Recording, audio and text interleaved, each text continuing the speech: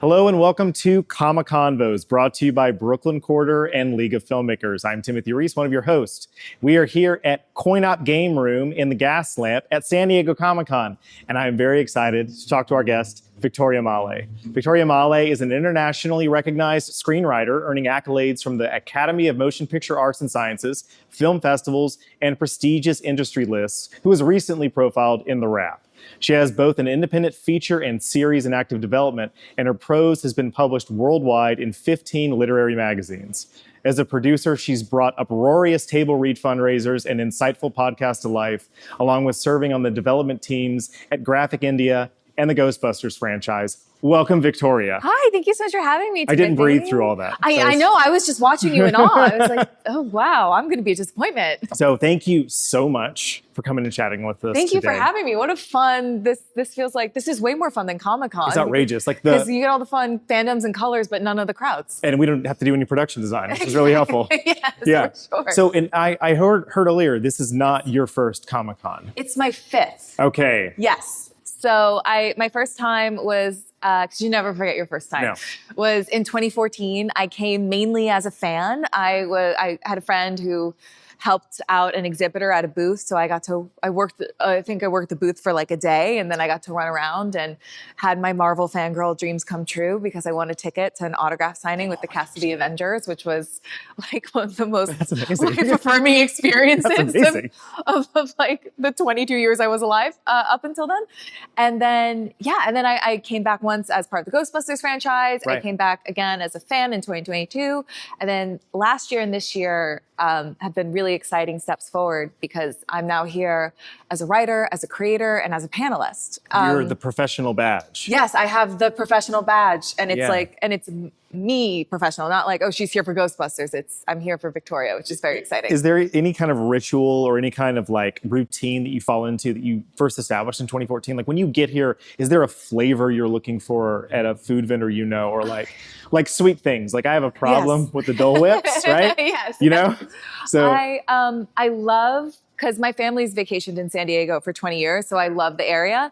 I love grabbing, fueling up at the Broken Yolk Cafe because it's right here in the Gaslamp. Yeah. So that's a little ritual, but I think it was odd prepping for this con and for this event specifically because I just got off producing an event. I'm on deadline for a couple projects. It was that thing of like, I think I'm forgetting something, but it's like, no, I just know what to expect now and I know what to do. And it was just, it's like that very dangerous thing of, oh, it just feels like work. But then you get here and you see everyone else's excitement and you're overstimulated by all the sights and sound and colors. You're like, oh, right, no, this is kind of the best thing in the world. Yeah, we were talking to Dana Powell about how really there's something really unique specifically about San Diego Comic-Con because you just have this intense concentration of people who are having the best week of their lives, all collectively together. Yes. Right, but because there's so much chaos happening, you can't possibly, like people experience FOMO, you cannot experience it here because you will live it regardless. Yes, yeah. And also FOMO is part of it. It's impossible to do everything. I think that was the thing I learned that first con is like, just take the journey and maybe pick out 2 or 3 things that are non-negotiables and really important things to you. Everything else, just let it ride, let discoveries happen.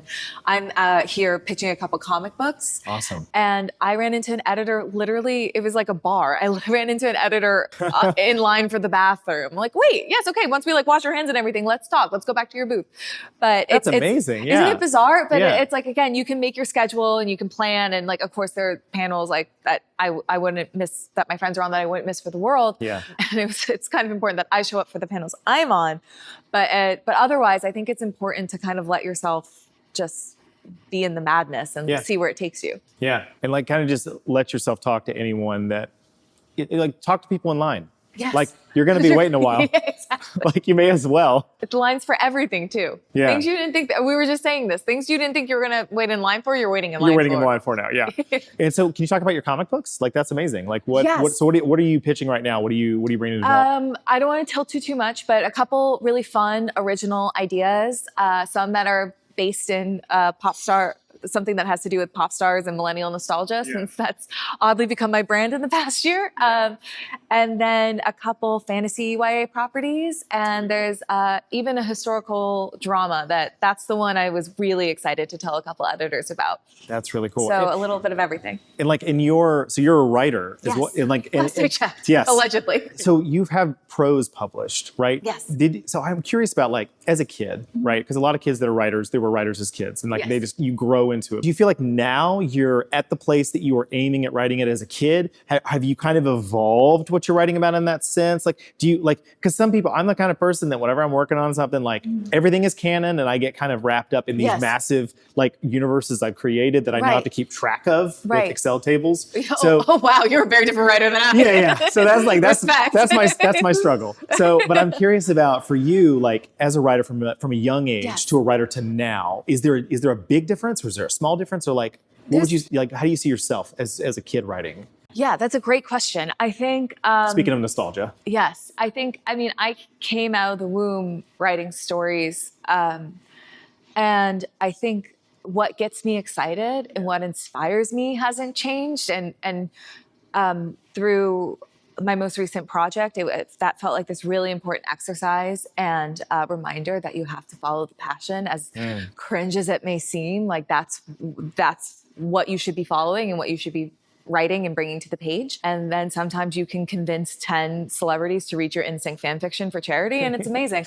But it's like, I was like on stage being like, this is bizarre. Because I was reading the stage directions of the script I wrote. But I think I don't think it really occurred to me until I was a little older that I could actually write a movie.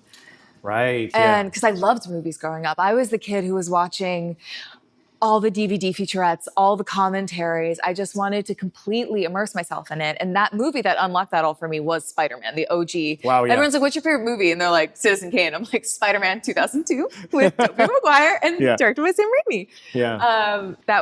So I think that's also why I love Comic-Con. I think because also it feels like pop culture takes all the geeks seriously for this week. That's definitely been an evolution, and learning how to write, because that's, as a fellow writer, that's such a specific format. And then it was funny because I was a screenwriter and screenwriting for a long while, and then I went back to prose, and it was like getting on a different gear of a bike. Like, the underpinnings, the foundations are all the same, but what you're doing is different. When you're writing a script, you're giving everyone the blueprint, and that if you describe something in one sentence, the art department is going to make they're going to take that and make a set or make a scene that's like 1,000 times beyond your wildest dreams. Whereas when you're writing prose, you're the art department, you're the director, you're the actor, you're everything, because you have to capture everything on the page. Whereas as a screenwriter, you're like, okay, go. And I think because I worked for directors for such a long time, so I specifically, when I'm writing a script, try to leave room. Which was hilarious when I was directing the script for that stage reading I did, because I was we're going to get to that in a second. Yes, I was like, wait, shoot, I'm directing. Like, okay, okay. Like, it was fun. That was like not a different gear on a bike, but like a completely different vehicle, because I'm so used to being like, another director will figure that out. And I was like, oh no, it's me. No. For folks who have not, like, if you haven't done it yet, I really recommend reading the script of a movie that you love, because a lot of them are available online. Yeah. And it's remarkable to see how little tiny decisions, if they are like laser accurate to what's on the page. And also you can see whenever they made adjustments but didn't rewrite the script, because maybe for budget reasons, maybe for time reasons, maybe they lost a location. And it's really interesting to see the evolution there for folks who haven't done it. Like, it's a really... Right. A script is a living document, whereas a piece of prose is a little more, this is the thing.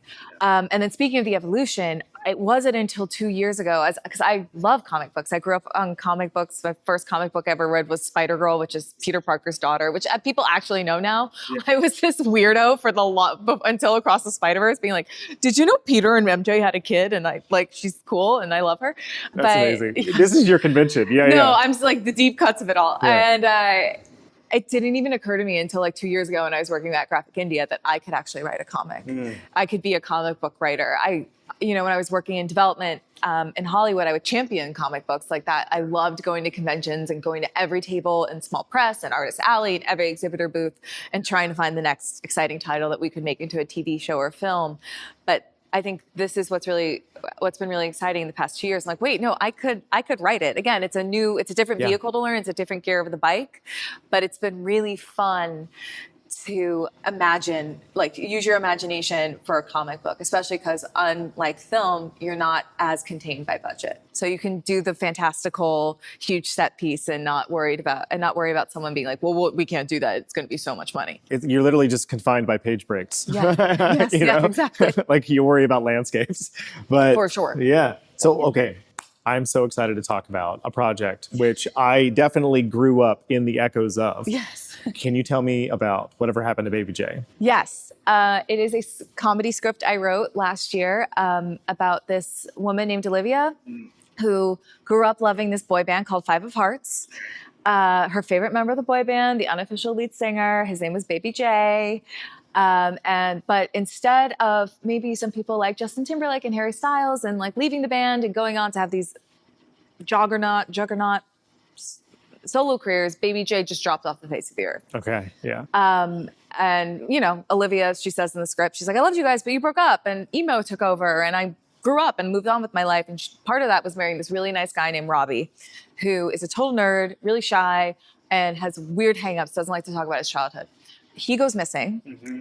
And it turns out that the reason Robbie doesn't like to talk about his childhood is because he was Baby J. And so Olivia teams up with his old bandmates to find him.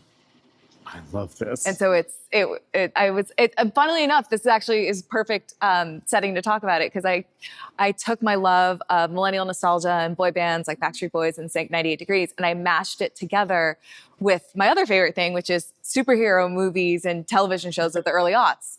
Because my whole kind of like the kernel of inspiration for this project, other than like a very deep YouTube rabbit hole of old NSYNC performances. I pity your recommended page. Oh no, when like at home when my friend and I want to watch something and my homepage comes out, she's like, "You are ill," and I'm like, yeah. But I love this. I'm always enamored. I've always been enamored with this idea of like the pseudo love triangle in a superhero story of like Peter Parker, Mary Jane, and Spider-Man, or Clark, Lois, and Superman. So I kind of wanted to do that with boy bands. Instead of Clark, Lois, and Superman, it's Olivia, Robbie, and Baby J. Like the way I explain it to nerds is like basically Lois Lane is married to Superman. She doesn't know. He goes missing. She teams up with the Justice League to find him. Okay. Of boy bands. I love this But so a much. boy band. Yeah. And like you just did, this was the table read you did, right? This is Yes. Like, yes. and like, well, so what was that experience like? Because you're now, that is an amazing way to announce something to nerd culture. Thank you. It was really fun. It was intense. I feel like I now can really call myself a producer because I did everything on it. And it was insane and amazing and exhausting and super gratifying. I mean, I think there's still part of me that's pinching myself. We put it up at Dynasty Typewriter in Los Angeles. Oh, that's awesome. I got 10 nostalgic icons to read the script from like people, celebrities from the 90s and early aughts. Jodie Sweetin from Full House read Olivia, the lead. Drew Seeley from High School Musical and Another Cinderella Story was our Baby J. We had members of the Mickey Mouse Club, cast members from Clueless. We had a Tony winner. We had Doug Jones reading. Like it was such a murderer's row of a cast. And I was off to the side at a podium for the stage reading the stage directions. And thank goodness almost there was so much going on. And that day naturally was so hectic. So I couldn't sit and like be like, oh, look at all these adults reading my story. Like, this is insane. All these people who said yes. Yes, exactly. And trust me, there were way more no's, but like it was absolutely insane and gratifying. And I think in a time right now in Hollywood where it's really hard, especially for younger and emerging writers and artists to break in, it was a really intense but gratifying way to greenlight myself and create an audience for a movie that doesn't exist yet, because that's what all the studios want. They want an existing audience.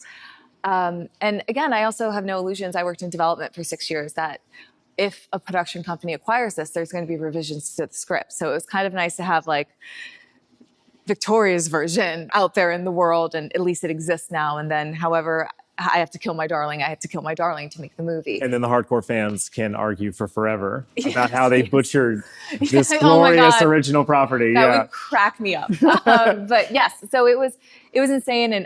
But I think the biggest thing for me too was two things. I wanted it to also just feel like a party. I think I didn't want it to just feel like you were trapped for 2 hours listening to people read a script. My dear friend Jennifer Smith is an amazing music supervisor and producer, and she put together this amazing music team. We made original songs. We made a boy band single, and it slaps. Like Drew and another one of the cast members, Dale Gaboldo, sang on it. It was fantastic. It's an earworm. We had sound design. We had set design, in that we had a big screen behind us, and I went and pulled a lot of stock images, so to create a sense of place. Everyone was encouraged to come in their Y2K best. And then the other most important thing for me was I have this amazing family legacy of service. So my family has fundraised for the AIDS Resource Foundation for Children for 35 years. Yeah. It was the last charity my grandfather donated to before he died in 1989, which was kind of amazing, especially because in 1989, people were still afraid to touch people with AIDS. Yeah. And then my father did, before he passed, did a charity golf outing for 25 years to benefit the AIDS Resource Foundation. So this was my golf outing in a way, and it felt really special to honor the family legacy, but boy bands. And in your way. Yes, you know? Yeah, with my passion, because my father was this incredible golfer. And I can, don't get me wrong, like I know my way around a set of clubs, but I'm a much better writer. That's amazing. So what are you looking to do with this? What are you working on next? Like, are you going to take whatever happened to Baby J forward in development? Like, what are you looking for? We're looking for the right partner who can come and bring it to life on screen. And so if you weren't able to come to Dynasty Typewriter on June 9th, you can still enjoy the project and have it be, I would lose my mind if it became fully realized as a feature film. Then right now I'm really blessed. I'm working on a couple projects in the independent sphere, and then hopefully I have another Y2K pop stars. Because I don't know, I was having so much fun last summer writing in this world. So hopefully there will be some comic books that take off as well, that can also live in this world and just tell stories that feel true to us millennials, and not just a cash grab. Because I think that was also a really big theme I was trying to explore with Baby J, where what's the healthy version of loving nostalgia? I think there's a way where we can obsess over the past, and I think also now corporations and studios and other entities are also really corporatizing it and selling it back to us. And I understand there's a lot of instability in the world right now. And I, don't get me wrong, I need to jam to Britney and NSYNC and BSB in the car to be a functioning human. But where's that line of what are we missing right now by fixating on the past? That's the goal with that. And you're making something new. Yes. With the past. An original. It's not gonna get any better. To quote the modern prophet Hannah Montana, it's the best of both worlds. You still get all the fun nostalgia-ness of it, but it's an original story. And I was kind of beside myself. The script was, our reading, it was wall-to-wall laughs, which I honestly was not expecting. There were certain times where I'm like, oh, I have to pause here. Okay, great. Oh, great. Okay. So that was fantastic. And I just keep telling stories and keep advocating for original stories. It's amazing. Thank you. Well, Victoria, how can people best connect with you? So on social media, a website, what's the best way for people to find you in order to reach out? Yeah, victoriamale.com. My first name is spelled like the Spice Girl. My last name is M as in Mary, A-L-E. That has everything there. My Instagram is victoriamale1. I'm on Blue Sky at Victoria Male, and Jay Blue Sky. Yes, I know, not the other bad place. And then also, actually, I did a panel here last night that'll go up on Temple of Geek, the news outlet's YouTube, talking all about nostalgia as a double-edged sword. And one of the cast members from Baby J, Dale Gaboldo, who was the original Mouseketeer on the Mickey Mouse Club back in the 90s with Britney and Justin and Christina and all them. That'll be up on Temple of Geek's YouTube. So if you weren't able to be here at Comic-Con, you can still get a little bit of the vibe. Awesome. Yes. Well, thank you so much for talking to me today. Thank you for having me. This has been a great time. Yes. And I want to jam out to this this entirely original track. Whirlwind? Yes, I'll send it to you. Yeah. It's great. Awesome. It's a great song. So awesome. And thank you very much for watching. And have a great rest of your day.